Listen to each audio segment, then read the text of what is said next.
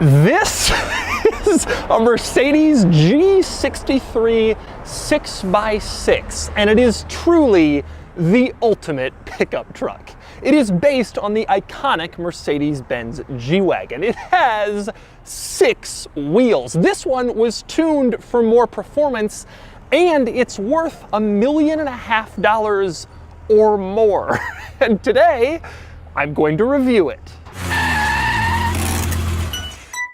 I've borrowed this 6-wheeled G-Wagen pickup from Evan Paul Motor Cars here in Orange County in Southern California. This particular vehicle is in the personal collection of the owner, but Evan Paul has a great inventory of really cool and exciting and thrilling exotic cars. You can check them out by clicking the link in the description below. But back to the G-Wagen. Now, the official name for this is the Mercedes-Benz G63 AMG 6x6.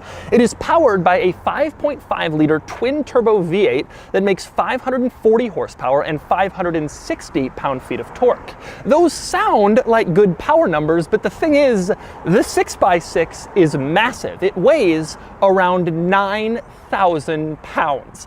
That is not an exaggeration. It weighs around 9,000 pounds. And so, performance isn't really all that great. 0 to 60 is around 8 seconds. As a result, this one has been tuned by Brabus for around 700 horsepower, which improves acceleration quite a bit.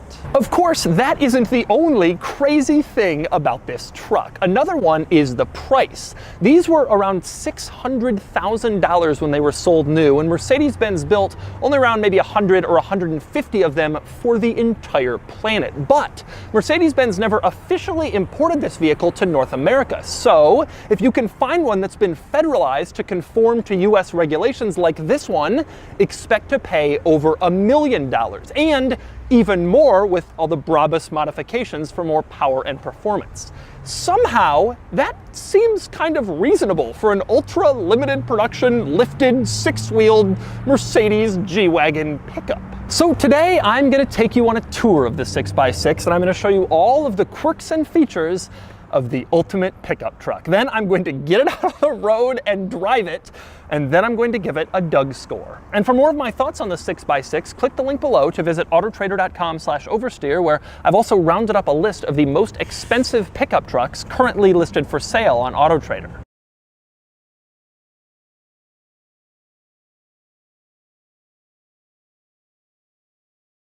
All right, I'm going to start the quirks and features of the 6x6 with a discussion of its most obvious and notable quirk, and that would be its size. Okay, this is a Mercedes-Benz GLK. This is a pretty standard-sized Mercedes SUV, and they have them all over the world. They're popular here in North America and Europe, Australia, South Africa. Pretty much the whole planet has GLKs. And this is how the 6x6 compares to the GLK in terms of sizing. Now again, this is a normal, rational-sized, regular Mercedes-Benz SUV. The 6x6 is far more massive. The 6x6 is 228 inches long, which means it is over 4 feet longer than this GLK. More incredibly, the 6x6 is 93 inches tall, which makes it more than 2 feet taller than the GLK. And this is not some tiny sports car, this is an SUV. And the 6x6 is 2 feet taller. Put another way, if you stacked 2 of my Ford GTs on top of each other, there would still be 6 more inches before you got to the roof of the 6x6. At 93 inches in height, the 6x6 is simply too big to fit. Too big to fit where, you ask? Anywhere. And indeed, the craziest thing about the 6x6 is absolutely its gargantuan size, but it can be a little hard to convey its size unless you're standing right next to it. It's a little challenging on video, so I'm going to give you a few more numbers. This thing has almost 20 inches of ground clearance. For reference, that's more than 3 times what you get in a Toyota RAV4. It's almost double what you get in a Jeep Wrangler.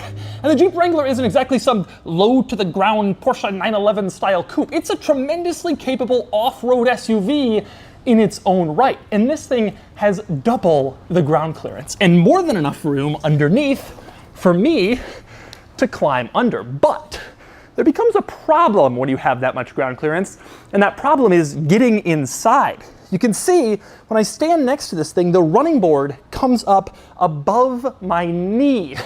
And I'm not exactly short, it's 6'4", and that means getting in is really kind of hard. The strategy that I've started to employ is taking a foot and putting myself in this position, standing like this near the running board, grabbing the grab handle, and then just kind of hoping for the best when I get inside the G. Getting out is also quite a bit of a challenge.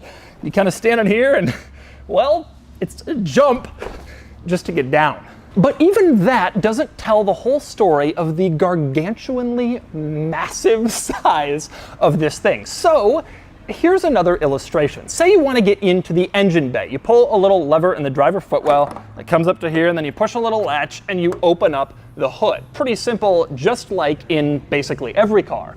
And now you can access your engine, except there's a problem. You see, this thing is so insanely high off the ground, so ridiculously tall, that I can no longer reach the hood in order to close it. I can't actually get up there. If I kind of reach at the very top, I can just get the latch part that latches into the car itself. I can kind of pull it down a little bit, and then I can get it to here and use both hands to close the hood. But if you were even a couple of inches shorter than me, you wouldn't be able to close the hood. You'd have to stand on a step stool after you open the hood in your 6x6. Okay, so those are a couple of items that show just how massive this thing is. Now I'm gonna move on to a few other interesting quirks and features of the 6x6, starting with the tire air system. Now, if you don't go off-roading, you might not realize this, but most off-roaders will deflate their tires a little bit when they're off-roading, so that when they go over rocks, they don't puncture the tires. Pretty simple. The problem is, if you have a 6-wheeled vehicle, that can be very annoying to air down 6 different tires. Mercedes-Benz thought of that, and there is a system in this vehicle that will automatically air down your tires for you. It's mounted right here above the mirror, and you can see there are 2 dials to the system, one for the front tires and one for the rear tires. And if you want to deflate your tires, you just press the little down arrows, and it will completely deflate them to whatever pressure you want from those dials, and then you can more easily go off-roading. But of course, that is only half the battle. Once you have gone off-roading or driven in the sand where you have to deflate your tires, you're thinking, well, now I have to find an air pump and inflate the tires back up. Still very annoying.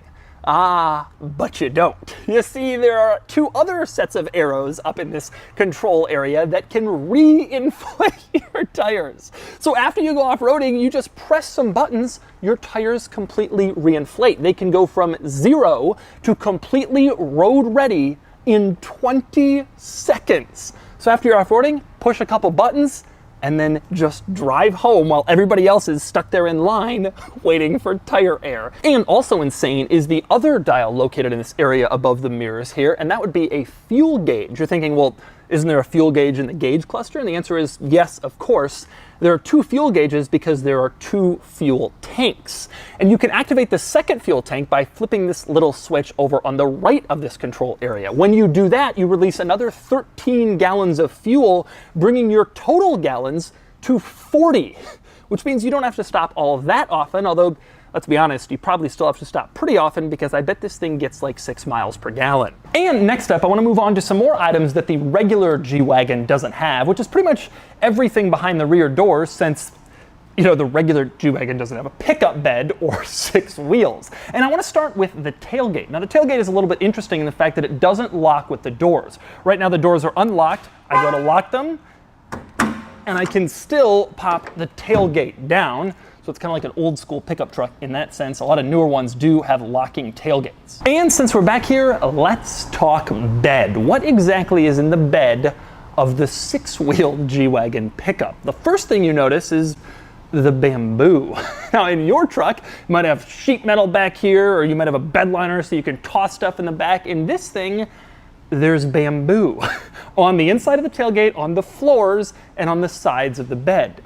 Be sure to take off your shoes before climbing into the back of the 6x6. You will also notice that mounted back here is a full-size tire and a wheel. The standard G-Wagen has that mounted on the back, but they couldn't do that with the pickup because of the tailgate, so they stick it in the bed, which I'm sure helps dramatically with its curb weight. But the result of that is that each 6x6 actually has 7 tires and 7 wheels.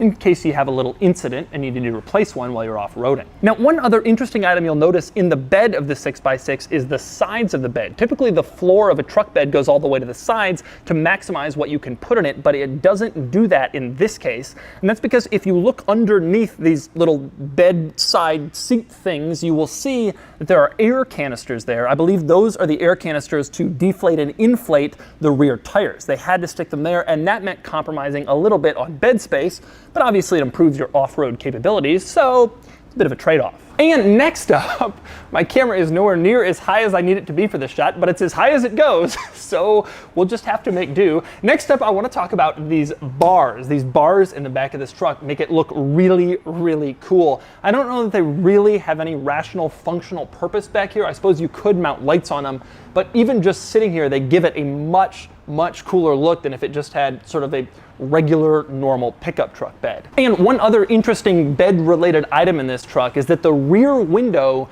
is fixed in place. In a lot of modern pickup trucks and even older ones, that rear window will slide open for more ventilation or for access to the bed from the cabin, but not in the 6x6. Instead, it just sits there. And next up, moving on to some other cool stuff you can't get in the regular G-Wagen, I give you roof lights. Now, the lifted G-Wagen 4x4 squared that was sold here in North America had these roof lights, but Mercedes-Benz had to disconnect them for some stupid government regulation. Well, in this thing, they're connected again, and you can see that they're nice and bright and mounted on the roof, I guess to shine into trees that you're about to run over at night or something.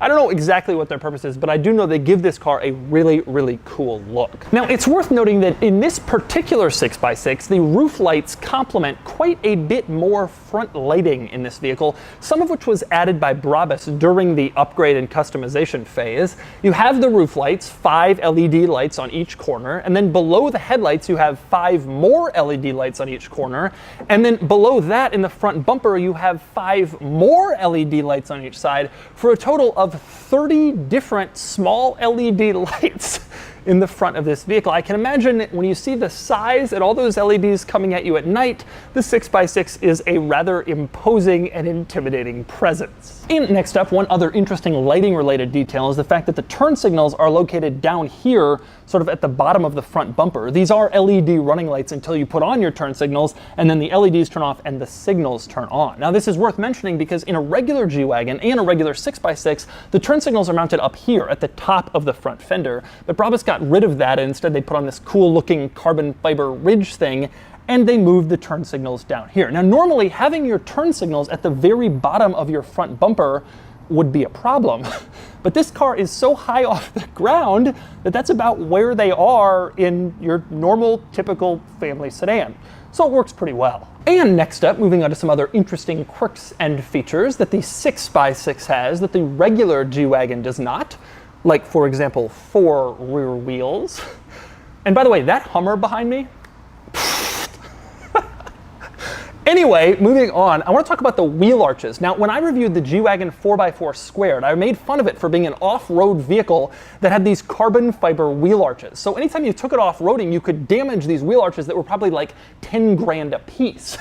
Well, this thing has these incredible rear carbon fiber wheel arches that go over both rear wheels. I think if you off-roaded this and damaged one of these massive, unique wheel arches made only for this really rare vehicle, it would be probably like 30 grand a piece.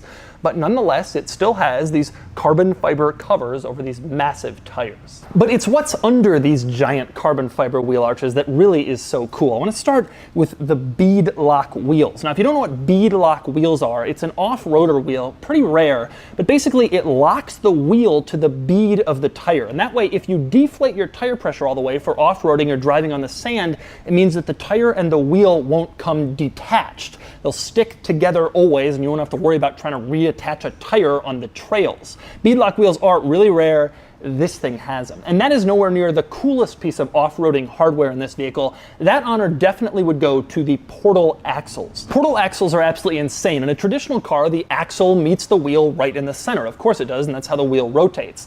But that doesn't give you a lot of ground clearance, and that's where portal axles come in. You can see here, the axle actually meets the wheel near the top of the wheel, not in the middle. They have to use this kind of gear system to get it up higher, and that gives this truck more ground clearance clearance, better ability to ford water and go over all sorts of obstacles. It's an amazing feature. You almost never see portal axles on real vehicles made by traditional manufacturers because it's so complicated and almost nobody actually needs it. The Hummer H1 had it, but that's because it was commissioned by the military. But this thing has it too, and it greatly enhances its off-road capabilities. And next we move on to a couple of other rather interesting items with the 6x6, starting with this bar back here. Now this thing is lifted so high with its portal axles and all the other off-roading componentry that the regular bumper for the G-Wagen is no longer relevant, because if a car hits it, it's going to go way under that bumper. So to make this thing safe and to make it comply with crash standards across the world, Mercedes-Benz fitted it with this additional bumper to give it a little bit more protection and other drivers more protection in an accident. Now, one other interesting item you'll notice back here below the license plate, there is a camera mounted. This thing does have a reversing camera. You stick it in reverse, the camera goes on inside. That's actually a really important thing because rear visibility is a nightmare in this. It's so tall and so long, you can't really see what's behind you without that camera.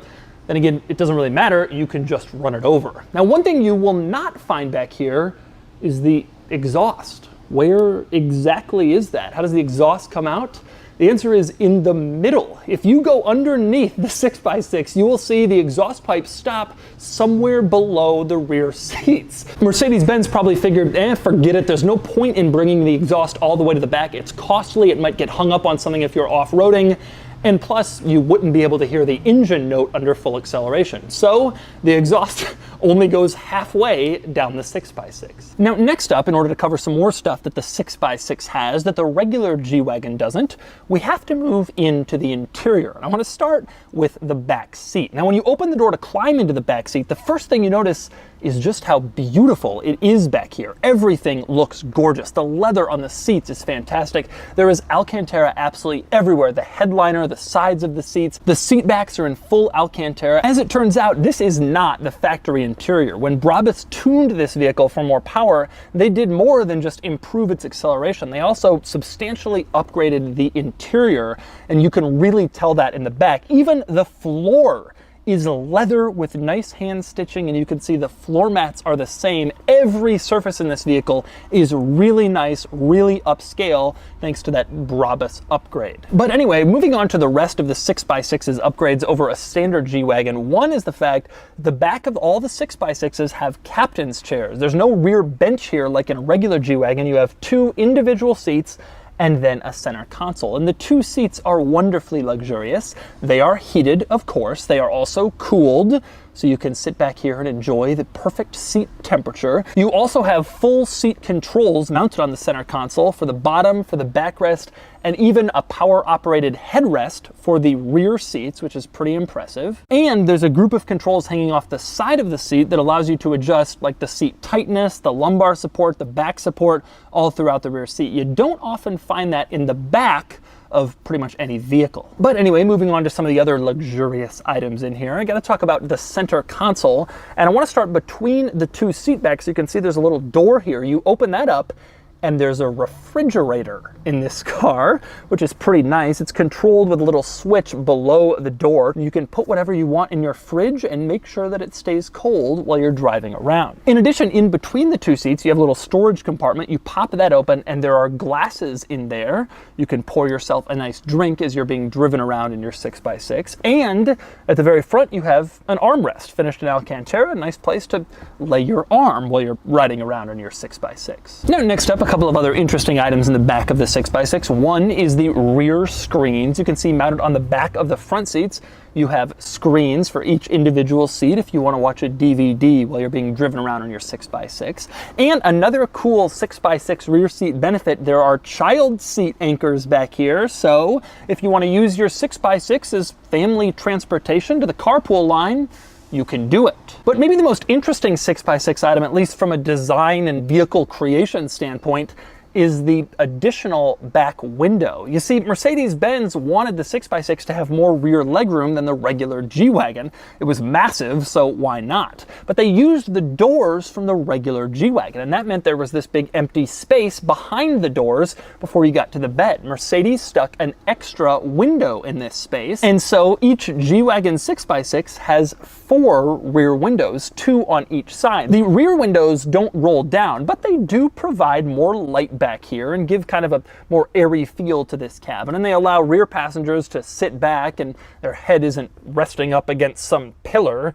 They can't see anything while they're being driven around. Now, next we move up to the front of the 6x6, which actually is probably the least interesting thing about the entire vehicle because it's pretty much the same as a regular G-Wagen, except, you know, taller. Once you take away this control area for the tires and the additional fuel tank, it's all pretty similar. In fact, one of the things that surprises me about this car is this thing is so special and cool and amazing and expensive, and yet up here it looks really similar to my 7-year-old Mercedes station wagon. We have the same gear lever, we have a lot of the same controls and buttons and switches and dials, and we even have the same key. Now, I discovered this earlier when I tried to start the 6x6 using the key for my Mercedes by accident. It flashes a little warning on the screen that says, "Key does not belong to vehicle." I guess Mercedes realized that some of their owners have many Mercedes, and so they have to let you know somehow that, no, you've selected the key to the wrong Mercedes-Benz. But of course there are some interesting items worth noting up here, starting again with the leather. The Brabus leather and Alcantara and craftsmanship is just unbelievable up here. Everything is really nice, really luxurious. It just looks like a fantastic place to spend time. And that in itself is kind of an upgrade over a standard G-Wagen. Makes you feel a little better about spending $1.5 million for this one. And next up, one of my very favorite Brabus related items with this vehicle is the fact that when you open the door, there is a little decal to the left of the dashboard, a part that's normally covered by the door. And that decal gives you instructions for how to turn on the sport exhaust. They hid it in an existing button, which is the little left controls on the steering wheel. If you hold down the top left control on the steering wheel for 2 seconds, the sport exhaust will turn on. If you want to go back to normal, just hold down the bottom control for 2 seconds. You would never know that, except that there's a little decal telling you. And speaking of little decals telling you things, when you open up the door to the 6x6, you'll see a little red decal there in 3 languages that says, "Before towing, please see suggested procedures in owner's manual." I can only imagine what these procedures would be in order to tow with a 9,000-pound, $1.5 million Mercedes truck with portal axles. I would love to see some pictures or video of someone doing that. But anyway, I wanted to know what the procedures were, so I consulted the owner's manual. Unfortunately, it is entirely in German, so I will not be able to know what I need to do to prep my 6x6 for towing. And finally, a couple of other interesting items in this interior. One is the fact that above the sun visors on the ceiling, there are little storage pockets in here. So if you want to stick stuff up there and kind of hide it because no one will ever know that that's a storage compartment, you can do that in this vehicle. I'm not exactly sure why there's a storage compartment up there, but there is. And finally, our last interior detail, because the 6x6 is based on the old body style of G-Wagen, you don't have any rational cup holders in here. Instead, you get the basketball hoop. That's right, this $1.5–2 million 6x6 ultra limited crazy special G-Wagen, the only front cup holder is this ridiculous basketball hoop looking thing with netting. You stick your drink in there if you want it to be held by your G-Wagen while you're driving along. Absolutely absurd they didn't come up with a better solution considering how insanely expensive this thing is, but the basketball hoop lives on. And finally, we move back under the hood so we can check out the engine. Now, like I mentioned, this thing has been tuned by Brabus, which I'm sure will start an argument in the comments about whether it's Brabus or Brabus or Brabus. But regardless, this thing, when it was new, had 540 horsepower, 560 pound-feet of torque, and that wasn't really enough considering how massive and heavy this thing is, so it's been tuned up to about 700 horsepower, which improves acceleration quite a bit. Otherwise, nothing particularly interesting to see here. The engine is absolutely crammed into the engine bay, as it was in all of these older G-Wagen models before the redesign, but otherwise, pretty standard. You have your Brabus-tuned twin-turbo V8. So that's the 6x6 G-Wagen. I've shown you all of its interesting quirks and features, but if you're like most viewers, you probably still have one more question, and that would be, why? Why did they make it, and why would someone buy it? The answer to why they would make it, to me, is really, really obvious. For one thing, something I didn't realize, they already had a 6-wheel pickup body that they were selling to the Austrian military. So someone at Mercedes-Benz was like, let's just jack it up, make it cool, and sell it for $600,000. Why did they think it would sell? Simple, because the G has been insanely popular lately. Buyers just can't get enough. Check this out, the G-Wagen has been on sale continuously for almost 40 years now, and its best sales years ever have been the last few. Even the old model, as it was reaching the end, was only selling more and more. It's what people want right now. So Mercedes-Benz figured, all right, let's make a 6-wheel drive one and charge 600 grand for it. People will pay, and they did. This outsold Mercedes-Benz expectations. And I can't believe that other automakers aren't doing stuff similar to this. The Lamborghini Urus is cool and all, but in my opinion, it should have been an off-roader, just like Lamborghini's original SUV. That may sound crazy, but think about all the popular off-roaders right now. The Jeep Wrangler is outselling the Toyota Camry. The Ford Raptor is insanely hot. The new G-Wagen, one of the hottest vehicles on the market. The Ford Bronco, the Land Rover Defender, some of the most hotly anticipated comebacks in the entire car industry. Mercedes-Benz capitalized on that and took advantage by creating the 6x6, the 4x4 squared, and many other variants of the G-Wagen. They're brilliant, and other automakers should be following suit. As for who's buying these things, that is a different question. I can't imagine trying to buy one. It doesn't fit into any residential garage, but you got to admit, if you're into trucks, this is the ultimate truck. And so those are the quirks and features of the G63 6x6. And now it's time to get it out on the road and see how it drives. All right, driving the 6x6. Obviously, the first thing you experience when you're sitting in this vehicle is it is just insanely tall, taller than any lifted truck. I mean, it's just really, really high up. This is the level of semi-trucks, delivery, you know, that sort of thing. It's the same as the 4x4 squared, give or take, but that was ridiculous too. It has the usual portal axle issue, which is the ride is a little bit unsettled, and when you come up to stop signs, stop lights, when you stop, it shakes a little bit. If you've never driven a vehicle with portal axles, that's a characteristic of them. Because of the off-road tires, the ride is a little bit rougher than you'd expect. Once you get going, it kind of smooths out a little bit. The really incredible thing, though, is just how high up you're sitting and you're in a Mercedes-Benz. I mean, you don't see that unless you're driving a Unimog, which, you know, you're not. Now, interestingly, you don't really have the feel that you're driving a massive vehicle. It doesn't feel like it's as big as it is, and frankly, compared to American pickup trucks, it's not that big.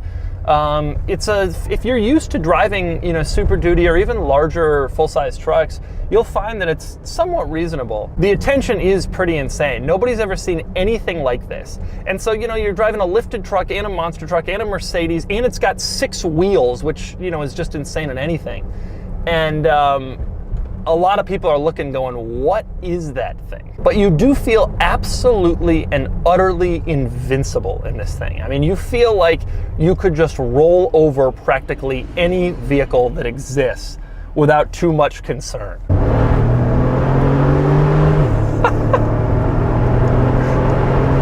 It just has no business being this fast. It is unusually fast. It's not like a crazy sports car. I suspect 0 to 60 is probably 6 seconds, maybe a little quicker than that. You know, the stock one does it about 7.5 or 8. But it's way, way, way, way faster than it should be given this massive size. I mean, this is the heaviest vehicle that I'll drive in any capacity, short of a commercial vehicle or tank or something ridiculous. And there's just no reason why it should be that fast. And I'm actually embarrassed to admit how much I love this thing. You know, the thing about this 6x6 is, it's just absurd, and you drive it anywhere, and you can't. I mean, it's just the optics of driving this thing around. Everybody's looking at you thinking, boy, okay, that person's really showing off. But it's so cool. You just want it. You want to have one. Truly one of the very coolest things. I know I'm not supposed to like it as like a rational human being. Like, it's a lifted six-wheeled, it's horrible for the environment, it's way too monumentally expensive, and you think about all those things and you're like, you shouldn't like this. But then you look at it and you sit in it and you floor it and it's like, I don't have a choice. I have to like it. It's too cool. It's just too ridiculous. Really though, you don't notice that you're driving anything different than a lifted G-Wagen until you look in the mirror. But I will say, when you look in the mirror, you see that pickup bed, you see the giant wheel arch back there, and you're like, well, I'm the coolest guy on the road. And there's gonna be people I know in the comments who are like, this thing isn't cool, it's a monument to wealth and bad taste. Man, I don't care. I think it's awesome. I would definitely think differently if they made it in huge numbers, like if it was as common as a Raptor or something. Then it would start to be like, okay, people are buying this, they don't use it for the purpose, whatever. But it's so limited that it's just, you just have to appreciate the fact that it was done, that it was built. And so that's the Mercedes-Benz G63 AMG 6x6. I have always wanted to drive one of these, and I'm thrilled that I finally got the chance to review this one. And I think it's insane that Mercedes-Benz ever made this. Mercedes is known for conservative luxury sedans and boring luxury family SUVs and diesel European taxis. They barely ever build a car that isn't silver or black or white, let alone a six-wheeled pickup. But I am so glad they did build it, and I truly think this is one of the coolest Mercedes-Benz models of all time and one of the very coolest vehicles of the modern era. And with that, it is time to give the 6x6 a Doug score. Starting with the weekend categories and styling, the 6x6 isn't beautiful, but it's very cool looking, very purposeful and brawny, and it gets a 7 out of 10. Acceleration does 0 to 60 in about 6.5 seconds, and it gets a 3 out of 10. Handling is not great. This thing is massive and the center of gravity is very high, and it gets a 3 out of 10. Fun factor is huge. It's so exciting and enjoyable, and you can do anything with it anywhere, and it gets an 8 out of 10. Cool factor is also huge. These are so insanely awesome. They turn heads more than basically any supercar, and it gets a 10 out of 10 for a total weekend score of 31 out of 50. Next up are the daily categories and features. The 6x6 is reasonably well equipped, pretty comparable to normal G-Wagen models from this era, and it gets a 6 out of 10. Comfort is fine, nothing special, and it gets a 6 out of 10. Quality is good. The Brabus interior upgrades are a nice step up from the regular G-Wagen from this era, and it gets a 7 out of 10.